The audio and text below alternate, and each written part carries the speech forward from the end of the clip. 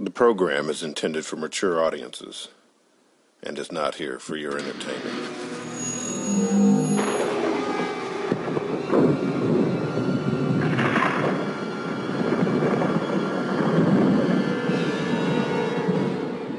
Welcome to the desert of the real. Let's begin. It is bringing entertainment to thousands of people. Through its magic, we are able to enjoy a combination of the radio, motion pictures, and the stage, right in the comfort of our own homes, simply by pushing a button and turning a dial. These cells with their electrical charges are scanned by a stream of electrons, completing 30 pictures a second. Compare that crude picture with these of today, and you can judge for yourself how far along the road to perfection television has traveled. Most people still today think that all entertainment to do with movies, drama, is therefore nothing more than their entertainment. It never ever was that case. Of course, television can't perform such miracles as this, yet. But perhaps there's no harm wishing that it could. The greatest social messages are promoted through movies and drama, high drama, through the fixation of emotive sequences, emotional sequences, not logical, factual sequences, but pushing points across in an emotional way which register and fix in the mind. So emotional content is very, very important, rather than going through an actual discussion or an argument using logic and facts. There's no debate. And when you're being downloaded through fiction, your guard is down, the censor part of your brain is not in action. It isn't saying, yes, I agree with this, I disagree with that, as you would in a debate or a lecture. You're actually in an alpha state, being completely downloaded with new ideas. Throughout history, social engineers have refined techniques designed to control large populations. About 100 years ago, this big organization with many branches, they wanted to rule the world basically using Britain as a nucleus of a system, an embryo, which also was going to be joined with the US under the Anglo-American establishment, wrote about the kind of culture and the changes of culture over a 100-year period that they would actually design, implement, and bring in. And H.G. Wells talked about it too. He talked about arenas. He says arenas could be put up across the world for sports, for instance. Now, at that time, sports was something that children, school children were into. Adults became adults and got onto adult things. So it was unimaginable at the time that people could actually believe that there was even a need for adult sports and entertainment, never mind having arenas built across the world. But he said we can do this, and foist basically a sports culture for the males.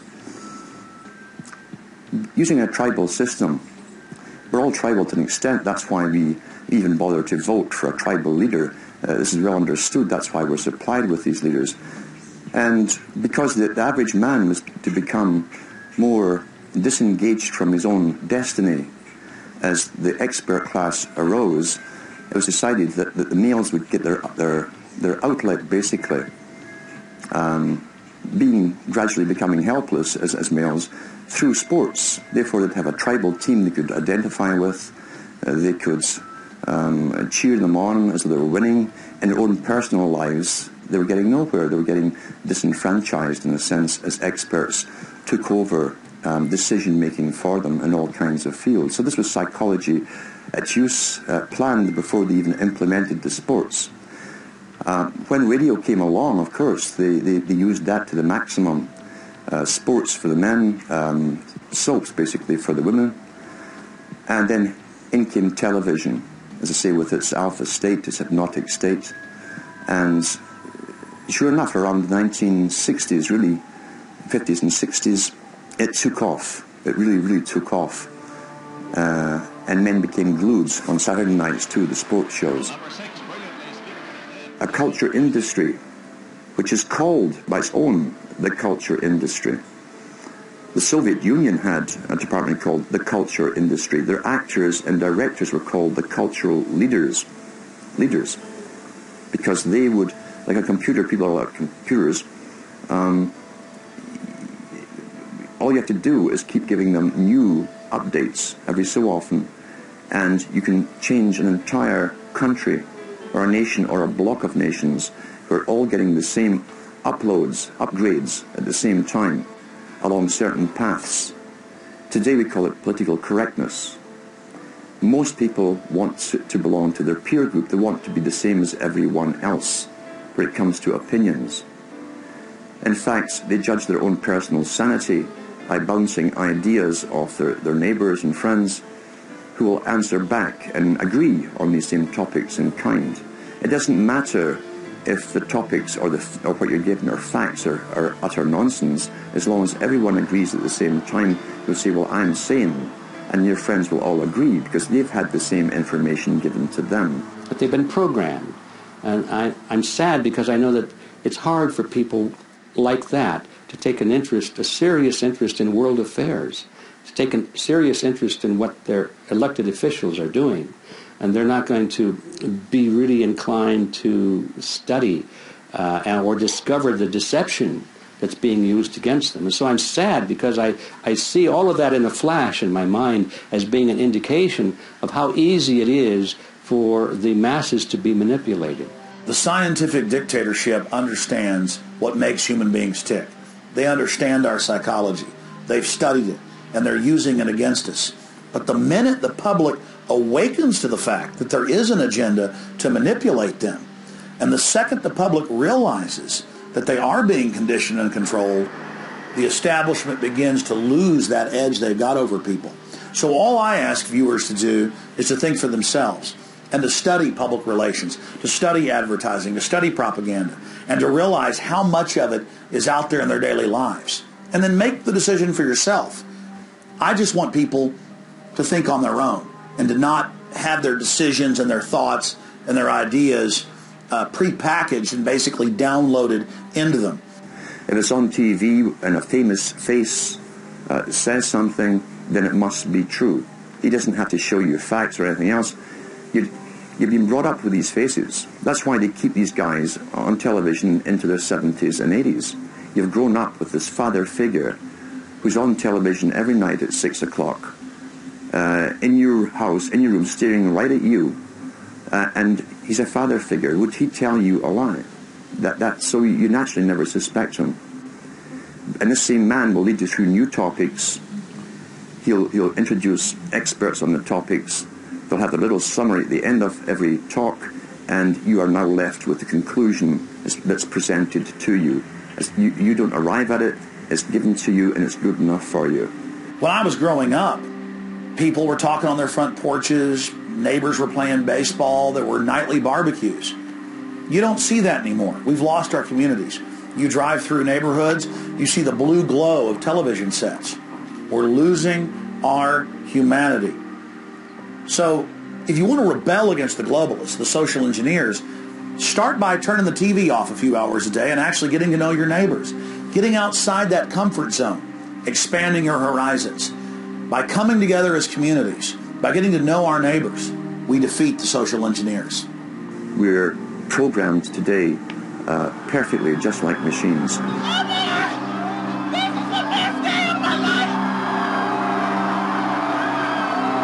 We tie this in with the Brzezinski. Brzezinski said in 2 Ages, now this guy was way up with the NSA. He's a master geopolitician. He admits he works in 20, 50-year periods to do with geopolitics in other countries.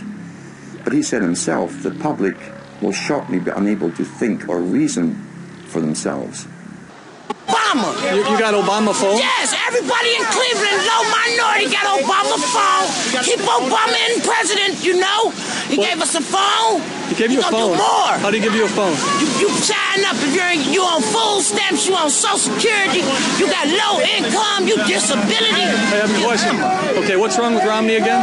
Romney, he sucks. Bad. He was meaning by the form of information that was given to them, the type, the formulas that were in use then in the 1970s. He says eventually they'll be unable to think or reason for themselves. And eventually, he said, they will expect the media to do all their thinking and reasoning for them. Well, that's happened today. That's why people today can't think outside of the programming from television. I mean, does it seem that far-fetched when you see how engulfed we've become?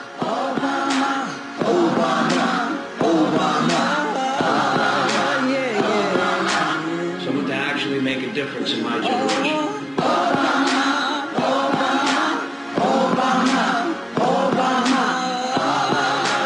Obama's brought unity to this country and changing America's face to the world. Obama, Obama, representa cambio y representa esperanza. Obama. Obama, Obama, Obama. This is my America. Which party currently controls Congress? Currently, like, I don't know, actually. The Republicans. Republicans.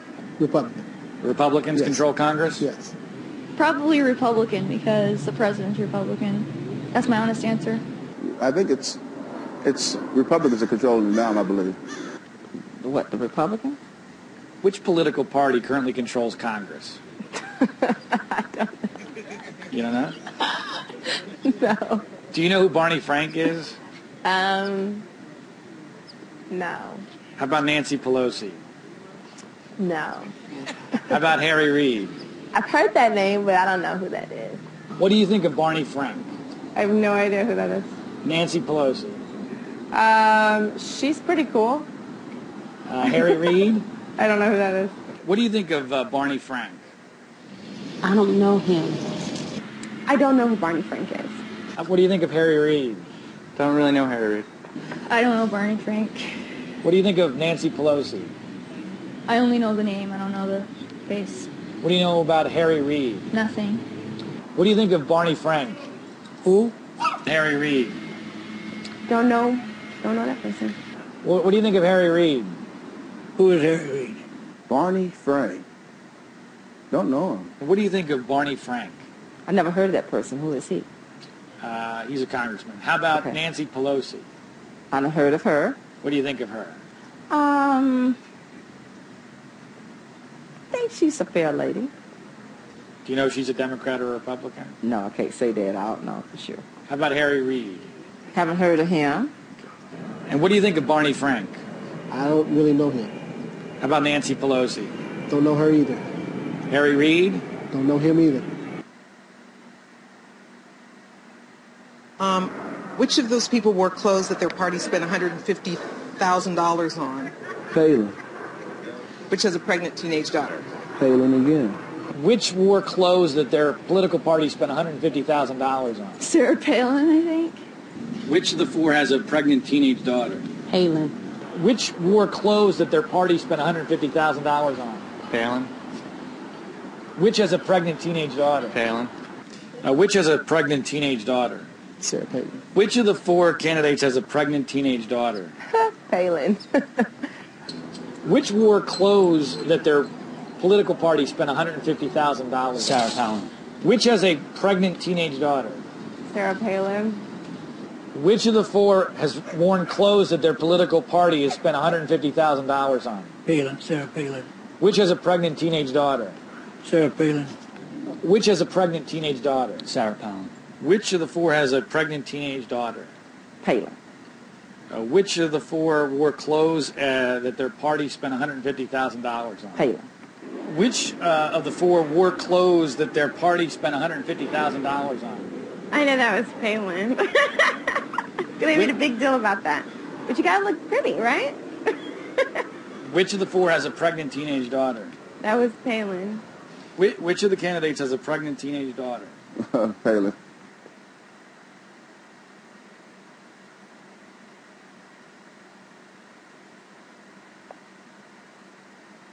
They're our next door neighbors, and you can actually see Russia from land here in Alaska. And I can see Russia from my house. That woman, Sarah Palin. Palin. Oh, Sarah Palin. Palin. Palin. Sarah Palin. I can't think of a name right now. Sarah Palin? Sarah Palin. There we go. Sarah Palin. Sarah Palin. Palin. I've now been in 57 states. I think one left to go. The globalists, who know that Obama is going to promote their plan, want to make him such a superhero that nobody will question what he's doing. They'll be so preoccupied with who he is, or where he is, or what he's saying, or what he's wearing, or something like that. The idea of making him into a celebrity is very valuable because that way people are less inclined to ask, what is he doing? So what has he been doing? What are our obligations of citizenship? In our republic, we have representative government, not sheer majority rule. And isn't its authority divided into three branches, the executive, legislative, and judicial? Yes, it is. And it's important, too, that in our republic, authority is surrounded by an ingenious system of checks and balances that prevents autocratic or dictatorial rule. This is not an anti-Obama video, as much as it is a video for pro-self-awareness and how the government actually works.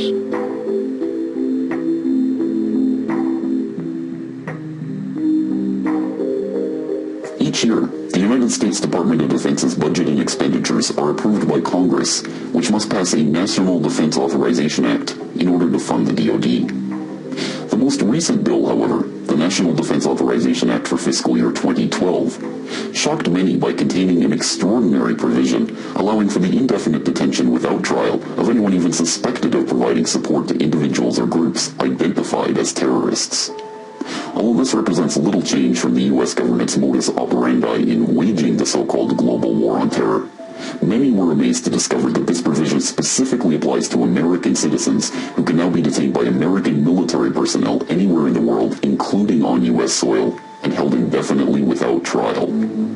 Perhaps it is not surprising that President Obama chose New Year's Eve as the date to sign the NDAA, as the revelry of the holiday predictably distracted Americans from the event. Particularly remarkable is the fact that this legislation has been almost universally identified as an overt act of tyranny by commentators of all political stripes, perhaps most importantly from sources that have traditionally defended the actions of Obama and his administration. The ACLU said that Mr. Obama's decision to sign the National Defense Authorization Act, or NDAA, including the controversial detainee provisions, would tarnish his presidency. Quote, President Obama's action is a blight on his legacy because he will forever be known as the president who signed indefinite detention without charge or trial into law. My understanding is that when Carl Levin thought, the chairman of the Senate Armed Services Committee, thought in the Senate that the provision for it being applicable to American citizens on American soil was stripped out, the White House had it put back in, which is just dumber than mud. I can't understand how we'd want to go back to Reconstruction days. I mean, that's the last time we destroyed Posse Comitatus. But this is the White House that thinks that it's okay to assassinate U.S. citizens abroad without due process in the case of Anwar al-Awlaki. So why wouldn't they want that in? Because this is codifying powers that they've already determined they have. Now, on the heels of the NDAA, a new bill is making its way through Congress, the Enemy Expatriation Act, which would make the controversy about the NDAA null and void by simply stripping Americans of their American citizenship should they be accused of associating with government-deemed terrorist organizations. The bipartisan legislation I introduced this week calls for a pragmatic recognition that a person who is purposefully and materially supporting acts of terror against the United States is demonstrating that they have no intent in acting as a U.S. citizen. What the outrage over the NDAA and now the Enemy Expatriation Act reveals, however, is not that Obama or the current members of the House are suddenly taking the American government in a startling new direction, but that they are in fact continuing to pursue a coordinated policy agenda that has persisted through administration after administration on both the left and right sides of the political aisle for decades. These are the facts. that this administration and the administrations even before this one have done just about everything in their power to subvert the Constitution and your civil rights, and to keep you from knowing what they actually are. But all it takes is a little bit of information to get you to seek the truth and know the truth. I commend you for having the courage to come down here. Describe that thinking process and how that happened, and then tell people a little bit about yourself. Okay, you fans. My name is Michelle Dowry. I live in Cleveland, Ohio. I work for the Obama campaign. This is Obama 4 years ago saying, I will never raise your taxes, not $1. Here it is. And I can make a firm pledge. Under my plan, no family making less than $250,000 a year will see any form of tax increase. Not your income tax, not your payroll tax, not your capital gains taxes, not any of your taxes. That's a firm pledge. Now, guys, just because he's here, I know I only got two guys here in the job, 8 people. Will somebody just type in 77% of Americans got payroll tax increase? People making $30,000 or up got now is 30,000 250,000? Is that a lie right there? It's a lie. George Herbert Walker Bush got thrown out of office for reading my lips, no new taxes. People tell me now, well, they just lie. That's what they do. Well, I know they're liars, so I'm not going to turn my guns in. Let's go to the next clip here for you. Let's play this clip. This is him 4 years ago saying, I'm not coming after your handgun or your rifle or your shotgun. Here's that clip. When y'all go home and you're talking to your buddies and they say, he wants to take my gun away. You've heard it here. I'm on television, so everybody knows it. I believe in the Second Amendment. I believe in people's lawful right to bear arms. I will not take your shotgun away. I will not take your rifle away. I won't take your handgun away. It sounds like you're starting to agree with me. Well, that I learned and found out, and you showed me in paperwork and on TV what he said. You know, I don't put nothing past anybody. You didn't know he told all those lies? No. I've got a bunch of others. But I knew that he lied because about 4 years ago when I worked for the Obama campaign, he said he was going to renovate Harvard in the Lee area. And that's where he started, where I started campaigning for him. Here it is, 4 years went on, and now I'm at another 4 years. And that place still looks the same. Stop lying. Take that stuff back to where you come from. If you could be saved with a gun, we need to be saved with ours. I don't want no punk. Obama, you punk. Oh, my God. Oh, he should give me a gun and some grenades. You know, you taking it away, but we need our force here, too. But I seen it with my own eyes. You pulled it up on YouTube or the TV thing. Obama lying? Right. And it came up. That was Obama saying what he won't do with the taxes. Here I am, just got a job as a maid, and my first check is eating me the taxes, eating the hell out of me. First check. It's going up. It's going up. But he said he wouldn't do that. I seen it right here on your show, Alex Jones Show. Who are you going to vote for in 2016? It darn sure won't be Obama. Now, the First Amendment of the Bill of Rights is what guarantees you your freedom of speech. Well, it's a bill that has received very little attention but may make free speech a felony and seriously restrict your right to political protest. Just signed into law by the president, H.R. 347 gives federal agents sweeping powers to arrest and bring felony charges against citizens engaged in protests where the Secret Service is present. Joining us now with more, Fox News senior judicial analyst, good friend, Judge Andrew Napolitano. Judge, the thing that jumps out off the page, felony? Yeah, felony means more than a year in jail. This is not like a traffic ticket. For standing and protesting, the type of thing that for 230 years Americans took for granted because it was protected by the First Amendment, Congress shall make no law abridging the freedom of speech, has actually been abridged by legislation the president signed last Thursday, supported over overwhelmingly by both parties, with very, very little public debate and very little debate in Congress, basically allows Secret Service agents to decide where there are no free speech zones, not speech zones, no free speech zones. And anybody by the Secret Service protected by the Secret Service, can ask those agents to ban protests wherever they are. So I can think of 3 violations: speech violations, association violations, the right to petition the government for a redress of your grievances. What good is free speech if the people in the government are so far away from you that they can't hear you? Judge, what about keeping our elected officials safe?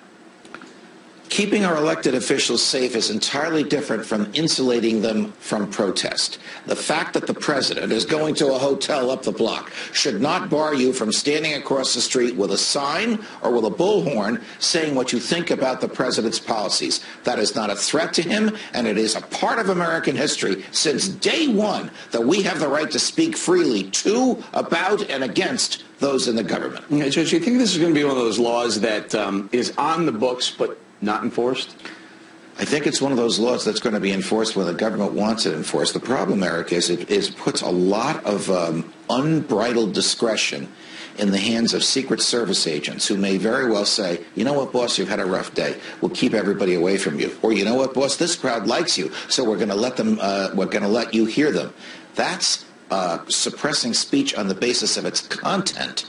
And that has been expressly prohibited by the First Amendment since day one. What dictates the Secret Service is present? In other words, aren't they present all over Washington, D.C.? Well, they are, and that's a great question, because this law also allows the president to give Secret Service protection to whoever he wants.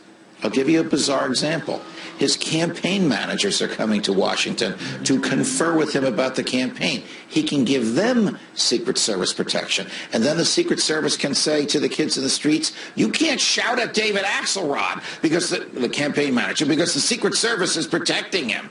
This is a slow, creeping destruction of some of our basic liberties, and the president signed it in secret. And now some of the Secret Service are going to be providing services for the candidates now as well. Correct. Right? So correct. People aren't going to be able to have their opinion about the candidates? If the Secret Service so declares, you won't be able to shout at them. Judge, got to go. Now, the Second Amendment of the Bill of Rights is what guarantees you the right to be armed, to protect yourself from everyone and everything. Look at the New York Times. Look at the New York Times. They're going after you. Let's see what they said. This is what you said that got them going. Here's the dirty little secret about the Second Amendment. The Second Amendment was not written in order to protect your right to shoot deer. It was written to protect your right to shoot tyrants if they take over the government.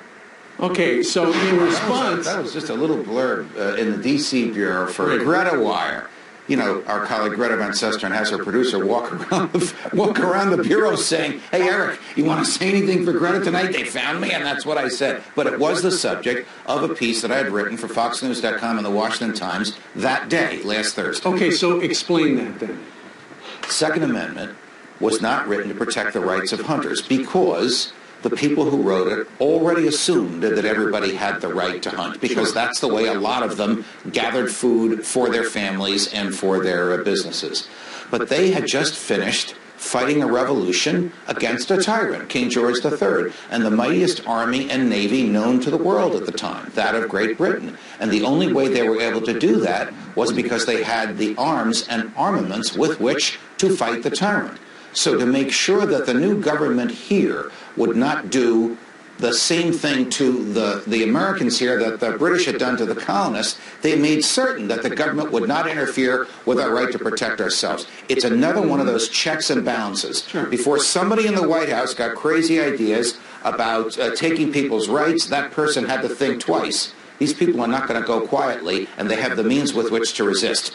That's the whole purpose behind the Second Amendment. When you hear a politician saying it's for hunting, that's code for, I don't believe in the Second Amendment. Okay. So the New York Times heard that little clip. It's amazing what they watch, right? Yes. And here was the quote that one of their columnists had about you. These extremists, I guess they're talking about you, Judge, make sensible, reasonable gun control hard to discuss, let alone achieve in this country, because they skew the conversations away from common sense solutions on which both rational gun owners and non-gun owners can agree. How do you respond?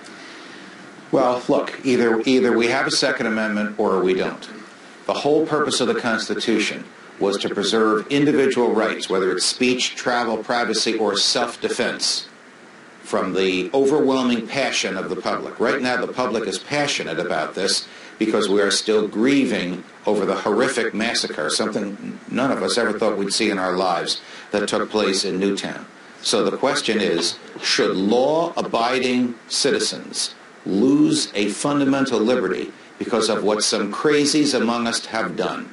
We have almost always answered that question, no. We look out for and prosecute the crazies. We don't take the rights away from those who don't abuse them. And Judge, they took it one step further, the Founding Fathers did when they wrote that Second Amendment. They said the rights shall not, to keep and bear arms, shall not be infringed upon. Takes it one step further, doesn't it? Well, yeah, Eric, and I appreciate you mentioning that. It's really one of the clearest parts of the entire Constitution. The right of the people to keep and bear arms shall not be infringed, meaning the government shall not, may not interfere with this. The Supreme Court has said, in your own home, in your backyard, on your property, you have an absolute right to have a weapon. But real quickly, because we started the segment saying that the president talked about possibly 19 executive orders, people have disagreed with me on this show that he has the ability to do that, but now they're saying 19 executive orders. What can he do? Well, we need to see them. We need to see exactly what he's going to do. They would probably be limited in scope. Well, technically, theoretically, if it's done according to law, an executive order regulates the federal government's administration of the law. So it can't target any individual. It can target the way the feds administer the law. So he could say to the DEA, I want you to start harassing gun dealers, make it more difficult for them to import or to transport guns. One of the worst things he might do that's being discussed is he could say to the EPA, the Environmental Protection Administration, there's lead in bullets. Let's start charging people more for the bullets because lead impairs the atmosphere. They actually tried that in Chicago, and it was defeated. So once we see that list, we'll know whether or not the president and this administration are faithful to their oaths, their solemn oaths to uphold the Constitution, which includes the Second Amendment. But who knows and who cares about their civil rights?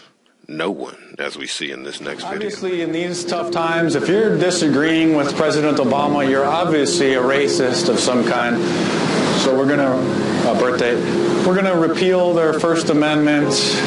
In these tough times, they don't really have that right, I don't think.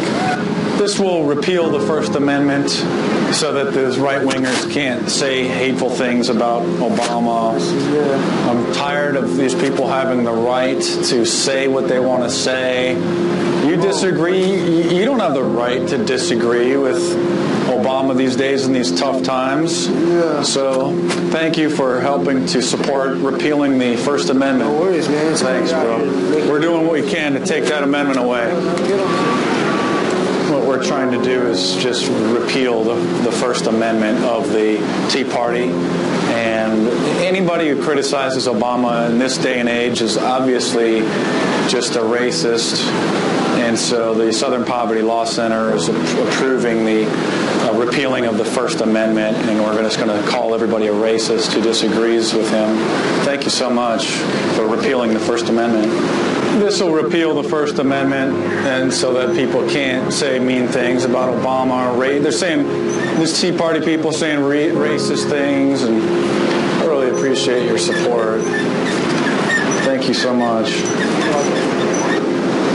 This will help prevent the right-wingers from saying hateful things, repealing the First Amendment. We just repealed the First Amendment.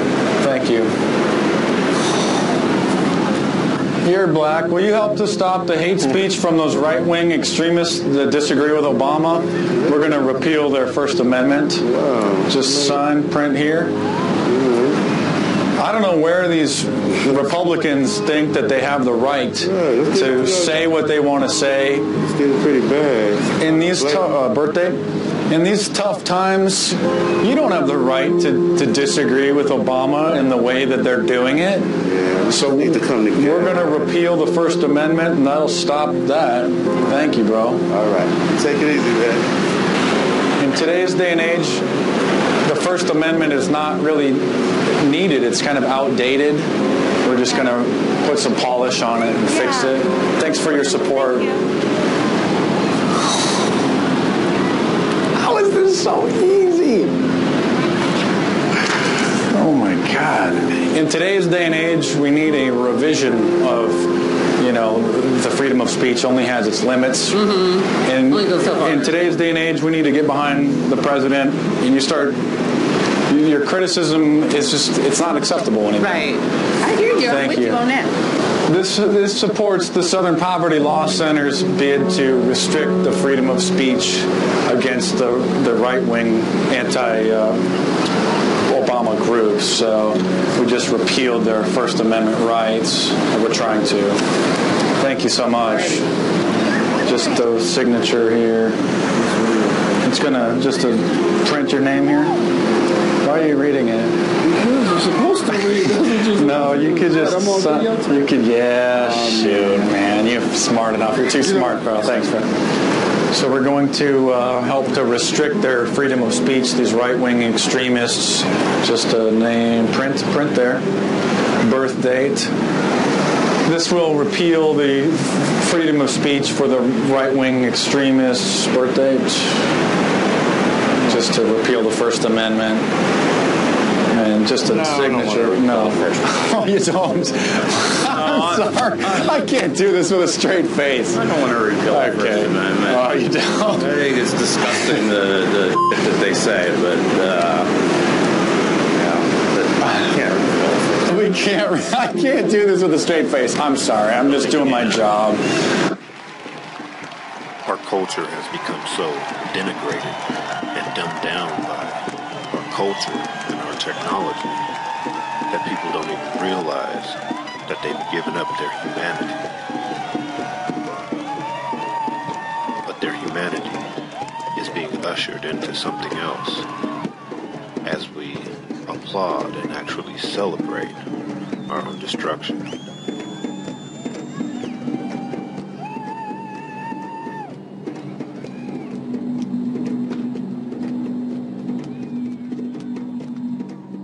My worry is that if artificial intelligence is allowed to develop entirely separately from us, and if it develops a lot more quickly than we can alter our biological bodies, then it may become vastly more intelligent, more wise than us, and we'll get left behind. And personally, I don't want to be left behind. I'd rather be up there with the most advanced creatures. If we don't want to end up obsolete at birth, if we want to stay the most advanced beings, there seems to be only one solution: to become robots ourselves.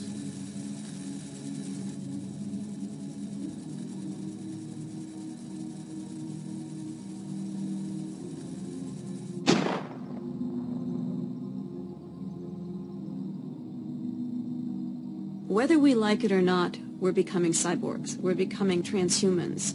Transhuman is an evolution from human to post-human, where we're no longer exclusively biological.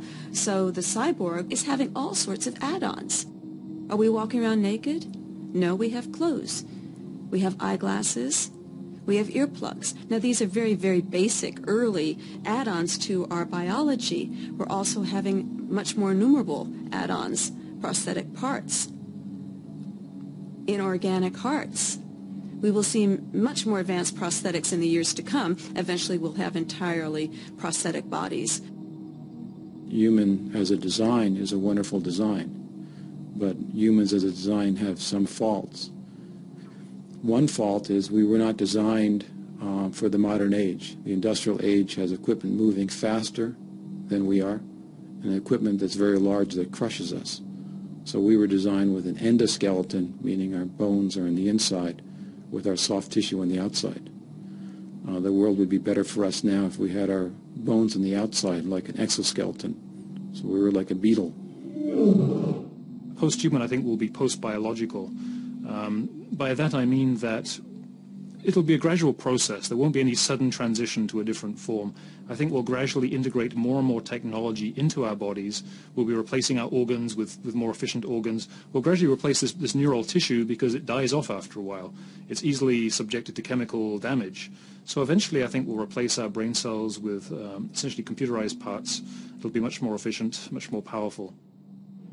To become cyborgs able to compete with the rapid evolution of computers, we first have to understand how our own brains function. The research in this area has boomed in recent years. One of the factors behind this is the development in scanning techniques. They are now at the level that enables us to observe individual nerve cells at work in living animals. So is this... Liberate us from our old body that is becoming obsolete in this technological...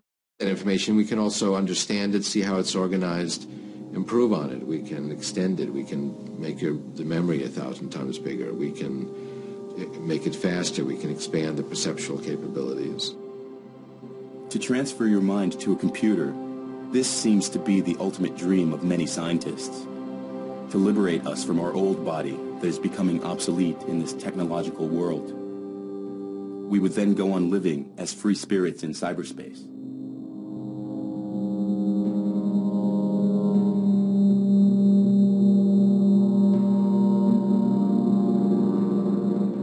I'm not interested in a future where there are post-human beings if I'm not one of them. I want to be there. It's very important to me that I live and thrive in the future, not just to think about some robots taking off into space. I want to be there.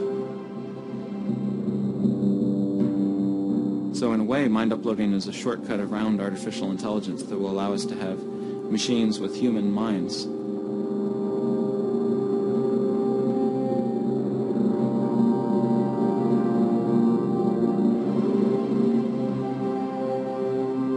I'm hoping that we could fit on a CD-ROM. That's 600 megabytes. And I'll bet that that's all you need to copy a person. Awaken from that nightmare is the only way to free your humanity.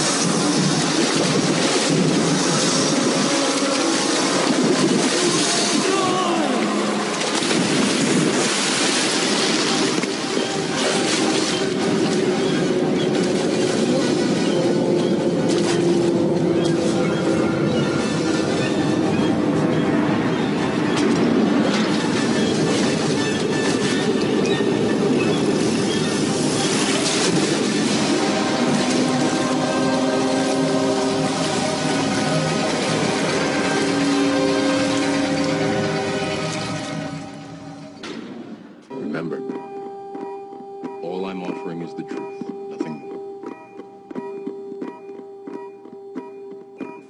You've got to consider the water as an extraordinary blessing. In the beginning, there was the Creator, there was the Word, but before there was the Word, there was the water. Go back and do a study of Genesis 1 through 6. I spent 3 days with colleagues. And what you'll find is in the beginning there was the Creator and the water at the same time. And then the word was spoken. The electromagnetic frequencies of sound, of language, of mathematics divine, was spoken into the water that then created. Then you divide the water from the water. Now you enter into the subatomic quantum domain where there's the spiritual energy, the parallel realities. That's happening right here, right now. The spiritual domain. And so that's dividing the water to create the firmament out of which everything came, all of physical reality. So we're talking about that kind of information today. The reason I bring it up now is because the solution, water. Solvent. Salve the pollute. You'll learn the musical note.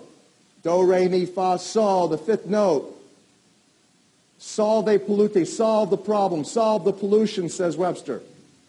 The universal solvent is the water. Because it's God. It is part of the triune God. Study deeply. Bible study 3 days, 6 verses, 1 through 6 Genesis.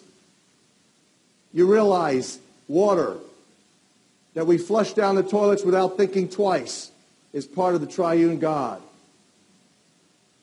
That is, before there was the Trinity in history, there was the triune God. So those are the things that we're going to focus on today that will, I pray, by your prayers and by the grace of the Creator, to bring us all the resources necessary to bless humanity, to bring it out of this curse that we have been in this gross illusion called Babylonian deception.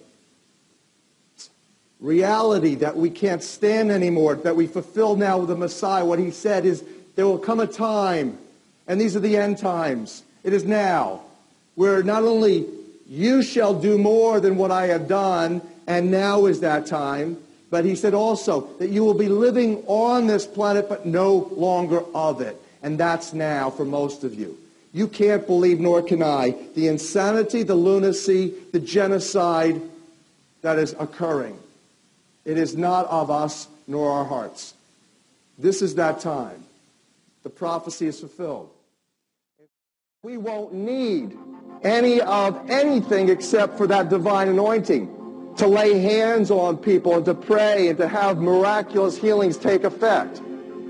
Because the sound frequency vibration of that love essence will be pouring through those of you who have literally cleaned yourselves, become the holy channels, the clear channels for that divine love.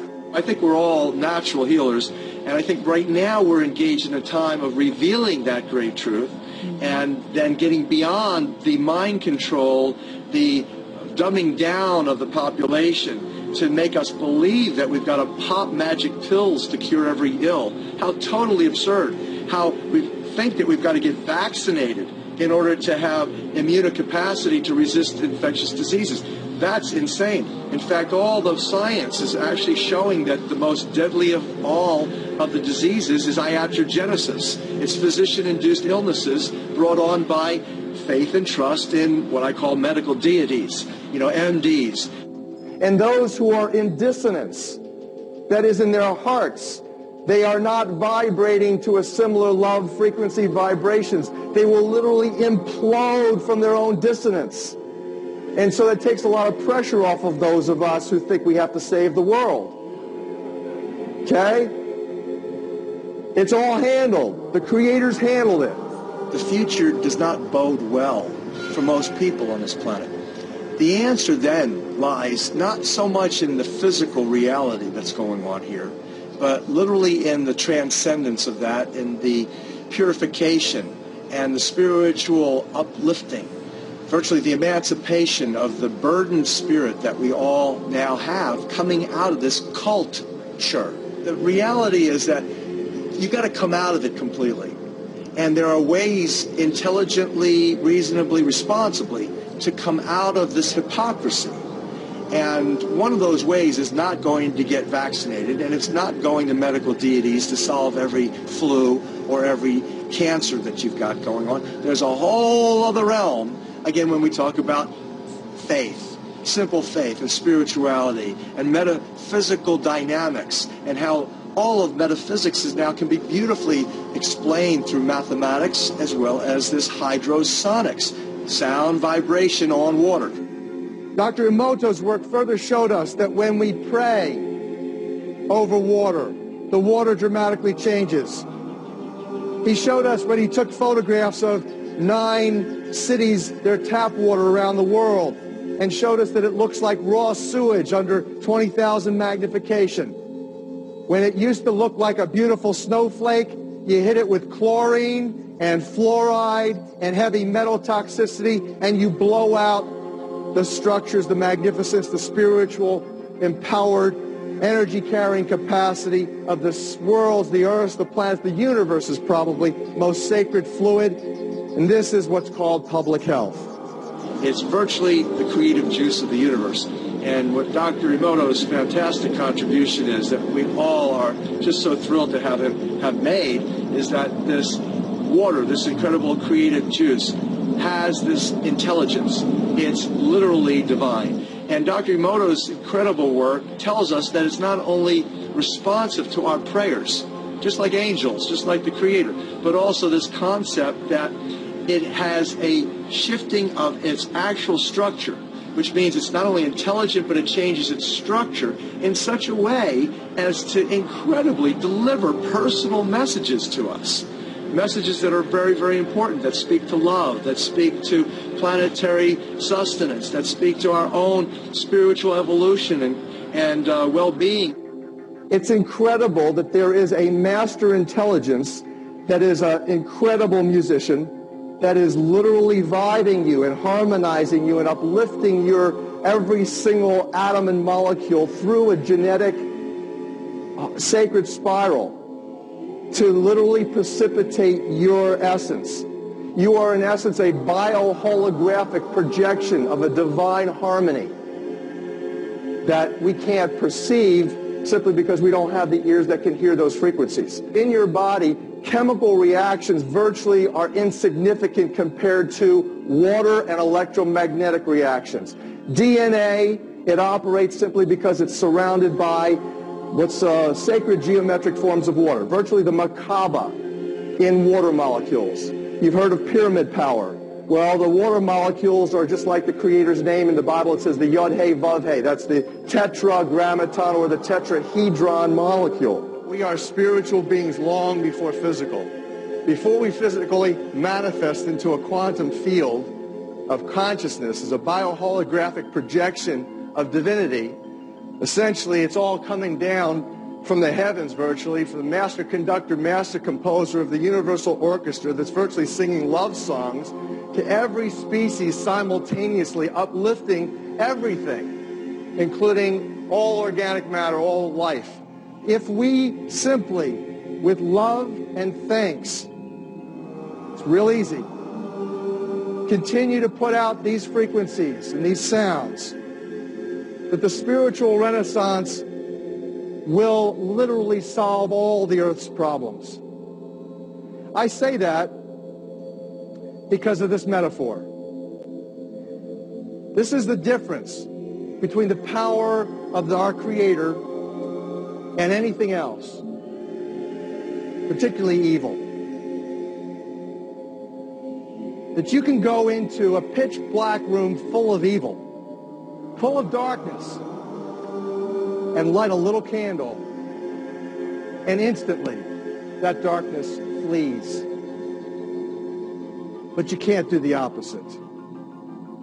You can't go into a well-lit room full of truth and wisdom and righteousness and joy and health and harmony with the universal power. You can't take any amount of darkness and go into that well-lit room and have any effect whatsoever. That is the metaphor which I frequently think of when I think that I'm not empowered. It is the greatest lesson for me, and I think for everybody else, to know that we're on the winning side and that we win in the end.